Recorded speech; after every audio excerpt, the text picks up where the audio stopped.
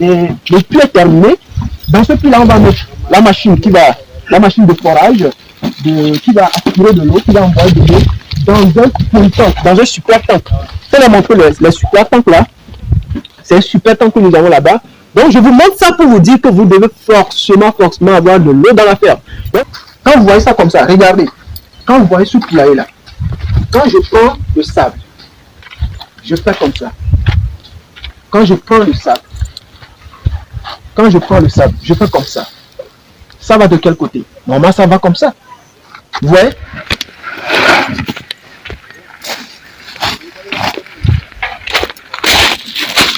Donc, premièrement, vous devez avoir de l'eau dans la ferme. Deuxièmement, vous devez bien construire le bâtiment d'élevage. Troisièmement, salut, j'espère que vous allez bien, j'espère que vous êtes en forme. Alors, dans l'une de mes précédentes vidéos, je vous présentais une ferme qui était en pleine construction. Aujourd'hui, je vais vous montrer à peu près l'évolution des choses. Parce que je sais que beaucoup d'entre vous ont envie de se lancer en élevage, de lancer une ferme avicole. Et dans cette vidéo, je vais vous montrer un peu l'évolution des choses. Et cela pourrait bien évidemment vous inspirer. Regardez ici, ça c'est le bâtiment. Il faut montrer la hauteur. Vous voyez, ça c'est le bâtiment. Le bâtiment d'élevage, le premier bâtiment d'élevage. Si vous n'avez pas encore suivi la vidéo que j'avais faite sur les débuts d'activité, allez-y, je vais mettre le truc là, le lien ici. Et en ce moment-là, cliquez ça. Vous allez voir la présentation que j'avais faite en ce moment-là. Donc ici, vous voyez actuellement le bâtiment très avancé, à 50% déjà. Et vous voyez la hauteur, vous voyez que c'est bien élevé. Regardez ça, c'est bien élevé. Vous savez pourquoi? Parce que nous devons éviter à ce que les sujets souffrent de la chaleur. Je vous ai dit que les sujets ne tolèrent pas un certain niveau de température. Lorsqu'il fait très chaud, les performances sont perturbées. Donc c'est pourquoi, en construisant le poulailler, vous devez faire de sorte que le poulailler soit élevé. Si vous êtes dans une zone où la chaleur est intense, dans une zone où il y a tellement le soleil, donc vous allez voir que les très élevés, c'est pour éviter justement qu'il y ait de la chaleur, que le niveau de l'air de vie. C'est-à-dire que là où les poules seront, il faudrait que la température soit basse. Si même vous n'avez pas de moyens pour construire un poulailler comme ça, le ciment comme ça, même si c'est avec les planches, c'est-à-dire c'est avec les chevaux et autres, vous devez veiller à ce que le bâtiment soit élevé. Ça c'est très important pour éviter à ce que les chevaux souffrent de la chaleur. Donc il faut venir ici, vous voyez, ici c'est la maison, disons la chambre d'habitation du propriétaire. Donc ici ça c'est deux chambres, salon, WC, douche, idem, entre. C'est bon de faire un projet comme ça. C'est très bien de faire des projets comme ça. Et quand on le fait, on met toute sa volonté, tout l'amour qu'on a dans le projet. Voilà, ici ça c'est WC, chambre, salon, deux chambres, salon, WC, douche interne. Ça c'est de l'autre côté. Ici ça c'est, je vais juste montrer ici d'abord. Ça c'est WC et la douche. Ça c'est la chambre, la première chambre, c'est bon. Ça c'est la première chambre.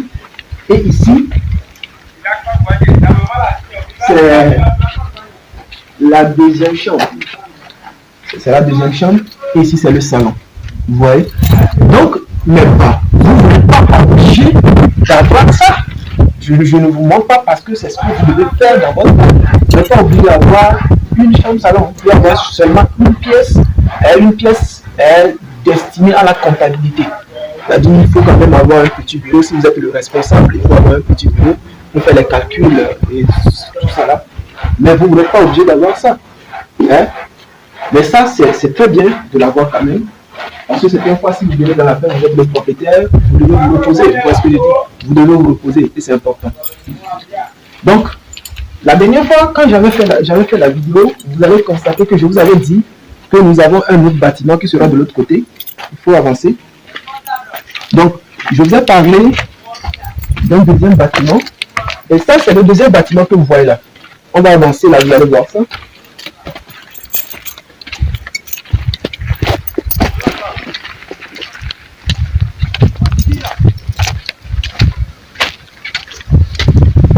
Donc ça, c'est le deuxième bâtiment. Vous voyez, c'est le deuxième bâtiment. Avance. C'est le deuxième bâtiment que vous voyez comme ça. Hein? Le premier bâtiment de l'autre côté, le deuxième bâtiment ici. Vous allez voir qu'il y a de l'espace. On a laissé de l'espace entre les deux bâtiments. Il y a tellement d'espace. Il y a certaines personnes qui laissent 6 mètres, 7 mètres. Nous, on a laissé 15 mètres. Il y a des personnes qui vont dire que c'est trop. C'est pour les mesures de biosécurité, d'hygiène. C'est pour ces mesures. Parce que dans ce poulailler-là, s'il y a une maladie qui sévit dans ce poulailler, parce que dans ce poulailler, nous allons faire quoi? Nous allons faire la poulée de chair. Et dans ce poulailler, nous allons faire des pondeuses. Donc, s'il y a déjà dans ce poulailler, il y a une maladie qui sévit là-bas, ça peut emporter cette maladie-là dans ce poulailler. Vous voyez? Donc, déjà, quand vous distancez vos deux poulaillers, les poulaillers que vous avez dans la ferme, c'est pour éviter qu'il y ait des contaminations. C'est pour éviter qu'il y ait des contaminations. C'est pourquoi ici même, vous allez constater que nous allons faire ici, ce sont les poulets de chair. Et ils ne vont pas durer dans le poulailler. Ici, ce sont les pondeuses. Or, qu'est-ce qu'on a constaté? Ici, quand vous voyez, le vent dominant, je vais voir si je peux. Regardez, vous voyez, le vent dominant, c'est vers ici. Donc, ce qui veut dire que quoi? Les pondeuses qui sont ici peuvent résister à une maladie que les poulets de chair en souffrent. Vous voyez ça? Donc, on ne peut pas faire les pondeuses là-bas. Si on fait les pondeuses là-bas, c'est que les pondeuses, chez les pondeuses, il peut y avoir une maladie. Et si elle est transportée vers les poulets de chair, étant donné que les poulets de chair ne sont pas assez résistantes, rapidement, ces poulets vont partir. Donc, vous voyez beaucoup de paramètres que vous devez voir dans la ferme. Il y a une chose qui est fondamentale, très importante. Avant de commencer le projet, rassurez-vous qu'il y a de l'eau. Si vous n'avez pas de l'eau, faites quoi? L'élevage, il faut forcément avoir de l'eau. Donc, je vais vous montrer le puits. Dans la précédente vidéo, je vous ai montré le puits qui était en causette. Hein? Et le puits est terminé. Dans ce puits-là, on va mettre la machine de forage, qui va aspirer de l'eau, qui va envoyer de l'eau dans un polytank, dans un super tank. Je vais vous montrer les super tanks là. C'est un super tank que nous avons là-bas. Donc, je vous montre ça pour vous dire que vous devez forcément avoir de l'eau dans la ferme. Donc, ici, comme vous le voyez, on va construire un château. On va construire un château d'eau ici, hein, qui va maintenant distribuer de l'eau dans de petits polytanks, dans de petits super tanks. C'est-à-dire ici, c'est un système semi-industriel. Semi-industriel en ce sens que quoi? La gestion serait à quelque sorte automatique. Avance, ça serait automatique. On va mettre un petit château de ce côté-là. On met deux petits châteaux là, des petits super tanks qui vont maintenant de façon automatique distribuer de l'eau dans les poulaillers. Donc l'avantage avec ça, c'est que vous n'aurez pas à avoir beaucoup d'ouvriers. Avec 2 ouvriers, la gestion, l'activité, le travail dans la ferme serait rapide. Vous voyez? Et puis là, vous n'êtes pas obligé d'avoir beaucoup d'ouvriers. Parce que c'est automatique. Si ce n'est pas automatique, si c'est manuel, chaque jour, vous êtes obligé de faire sortir les abreuvoirs, les laver, servir de l'eau et les remettre dans le poulailler. Vous voyez ce que je dis? Mais quand c'est automatique, vous rentrez seulement, vous rincez les abreuvoirs et vous déclenchez le système et tout l'eau rentre de façon automatique. Donc, c'est l'avantage en fait. Sur le long terme, bien sûr que sur le court terme, lorsque vous êtes en train de faire le projet, ça vous demande des fonds, mais sur le long terme, ça serait profitable. Vous voyez ce que je dis? Ça serait profitable. Vous n'aurez pas beaucoup d'ouvriers. Ici, donc, le puits dont je vous parlais, le puits, c'est ça. Ils ont fini le puits. Je vous montre tout ça là parce que je sais que beaucoup d'entre vous, d'un jour à l'autre, vont lancer leur projet. Donc, vous devez forcément avoir un puits. Pas forcément un puits. Soit c'est le forage, vous voyez. Mais avec le forage, certaines fois, le tuyau peut être bouché. Et quand le tuyau est bouché, c'est que on va attendre à ce que les spécialistes viennent avant de commencer par arranger la chose. Or, si vous avez les sujets dans la ferme, les sujets doivent boire de l'eau. S'il y a stress d'eau pendant 3 heures de temps, 24 heures, c'est des soucis. Les pondeuses, sur les pondeuses, c'est qu'il y en aura baisse de ponte. Vous voyez. Donc, c'est pourquoi, si tu creuses un puits et qu'un jour il y a un problème avec le tuyau, parce que quand on voit le tuyau là, c'est le tuyau qui va conduire de l'eau. Donc, si un jour il y a un souci, vous pouvez vous-même prendre un seau pour puiser de l'eau dans le puits. Vous voyez. Donc ça, c'est l'avantage avec le puits. Donc, avec ce puits-là, l'eau qui est dedans, on doit après faire un test, une analyse microbiologique et chimique de l'eau. Pour voir chimiquement, pour voir quels sont les minéraux qui sont dans l'eau et qui peuvent déjà perturber les sujets. Et s'il faut, on traite ça. Mais quand nous sommes venus dans la zone, il y a des puits, donc on a déjà analysé la qualité de l'eau dans la zone. Ouais. Donc ce sont tant de paramètres qu'il faut voir lorsque vous lancez un projet agricole. Beaucoup de personnes ont lancé leur projet, mais du jour au lendemain ont échoué. Ils ont échoué. Ce n'est pas de la blague. Ils ont échoué. Donc, si vous négligez les choses, eh bien, vous allez juste faire beaucoup d'argent. Mais ça aussi, il y a quelque chose ici que je vais vous montrer. Ça,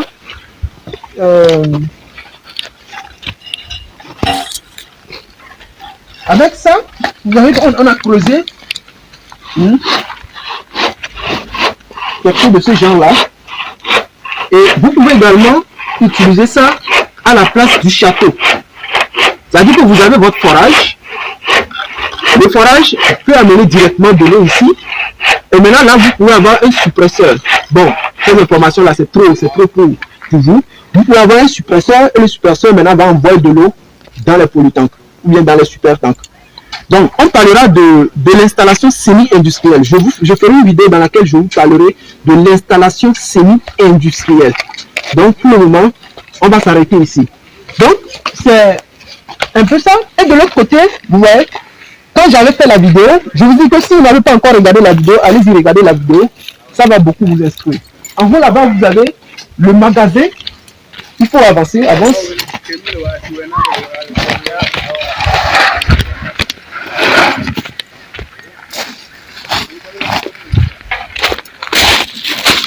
Donc, premièrement, vous devez avoir de l'eau dans la ferme. Deuxièmement, vous devez bien construire le bâtiment d'élevage. Troisièmement, vous devez avoir les chambres d'habitation. Ici, c'est le magasin. Le magasin, vous devez laisser les ingrédients. Si vous-même fabriquez l'aliment, je vous ai dit que si vous êtes fermier, si vous avez une ferme, vous devez forcément fabriquer vous-même l'aliment. Si vous ne fabriquez pas l'aliment, c'est comme si vous donnez à un provendier une partie de vos bénéfices. Vous voyez? Donc ça, c'est le magasin ici où on va réceptionner les ingrédients et on va stocker les ingrédients. On va stocker les ingrédients ici dans cette pièce-là. Vous voyez que c'est large. C'est déjà bon. Ouais. On a la machine qui fabrique l'aliment ici. Là, c'est déjà bon ici. Ouais. Et vous voyez que c'est déjà collé. Ici, vous voyez, ici, c'est la pièce. C'est la pièce du fermier. Ça doit être proche des bâtiments d'élevage. C'est à côté en même temps du poulailler, des pondeuses. Donc, voilà, je vous ai dit que ici, on va faire les pondeuses de ce côté-là. Et ici, nous allons faire les chairs. On aura également à faire la cuniculture, l'élevage des lapins. On fera ici la porciculture, l'élevage des porcs. On va élever également les pintades dans la ferme ici. Donc, je vous ai dit, premièrement, vous devez avoir de l'eau, c'est important. Deuxièmement, vous devez construire les bâtiments d'élevage. Pour les bâtiments d'élevage, je vous ai dit que c'est dans le sens est-ouest. C'est toujours dans cette mesure où il faut éviter que la chaleur soit de trop dans le poulailler. Donc, dans le sens est-ouest, ça dit lever et coucher du soleil. Et surtout, ça doit être perpendiculaire au vent dominant. Quand vous voyez ça comme ça, regardez. Quand vous voyez ce poulailler-là, quand je prends le sable, je fais comme ça. Quand je prends le sable, je fais comme ça. Ça va de quel côté? Normalement, ça va comme ça. Vous voyez? Et regardez la position. La position du poulailler. C'est perpendiculaire au vent dominant. Le vent dominant vient d'ici. C'est de ce côté-là. Et deuxièmement, vous devez bien construire le bâtiment d'élevage. C'est de ça qu'on vient de parler. Je vous dis, vous n'êtes pas obligé. Quand je vous parle de ça, ce sont des personnes qui ont des projets, qui programment de grands projets. Même si vous n'avez pas un grand projet, vous ne programmez pas un grand projet actuellement, au moins vous avez ces informations-là. Et vous n'allez pas faire ces erreurs. On est d'accord? Avance. Et également, ce n'est pas seulement le bâtiment d'élevage, le magasin, la chambre d'habitation et autres. Il faut et surtout aussi qu'il y ait une voie praticable qui mène à votre ferme. Viens ici, tu vas les montrer ça. Venez voir. Il faut qu'il y ait une voie praticable.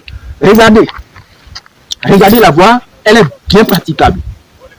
Ici, les véhicules de livraison, tout peut venir sans aucun souci. Parce que si vous n'avez pas ça comme ça, supposons que vous avez les pneus de chair, quand vous allez prendre ça, comment vous allez faire si déjà même une seule moto ne peut pas venir ou bien quelque chose, un tricycle ne peut pas venir, comment vous allez faire pour aller vendre vos poulets? C'est impossible. C'est impossible, même si les gens veulent venir chercher les œufs dans la ferme et que la voie n'est pas praticable et que les gens doivent venir avec des véhicules, vous allez faire beaucoup de livraisons. Comment est-ce que vous pourrez le faire? C'est impossible. Vous voyez? Donc, il faut qu'il y ait une voie praticable qui mène à votre ferme. C'est très important. C'est très important. Donc, voici un peu les informations que j'ai bien voulu partager avec vous dans cette vidéo. Premièrement, il faut bien construire le bâtiment d'élevage. Deuxièmement, il faut d'abord de l'eau. Je ne sais pas de ça, il faut de l'eau. Deuxièmement, il faut bien construire le bâtiment d'élevage. Troisièmement, il faut avoir un magasin, une pièce d'habitation du fermier. Et ensuite, il faut que la voie soit praticable. Et je vous avais parlé dans la précédente vidéo du site, le site d'élevage. Il faudrait que vous ayez un sol qui se laisse traverser rapidement par de l'eau. Vous ne devez pas avoir un sol comme un bas-fond. Quand il pleut déjà, même tout d'abord, peut-être qu'il y a de l'eau dans la zone, ou soit quand il pleut, l'eau reste. Vous voyez, vous devez avoir un sol qui se laisse rapidement, qui infiltre rapidement de l'eau. Vous voyez, donc ça c'est très important. Donc voici les informations que je vais partager avec vous dans cette vidéo. Mais si vous n'êtes pas encore abonné à cette chaîne, je t'en prie, abonne-toi en même temps. Abonne-toi à la chaîne et active la cloche de notification pour ne rater aucune de nos prochaines publications. Mais surtout, partage cette vidéo avec quelqu'un. J'ai fait la vidéo par amour. Donc tu as eu ça gratuitement. Donc il faut avoir aussi le plaisir de partager ça avec une autre personne. Alors on se donne rendez-vous dans une prochaine vidéo. Je vais vous montrer l'évolution des activités dans le but de vous apporter des informations crédibles qui vous permettront d'éviter des erreurs drastiques lorsque vous voulez lancer vos projets agricoles. On se donne rendez-vous dans une prochaine vidéo. Là c'était Lucien. Ciao.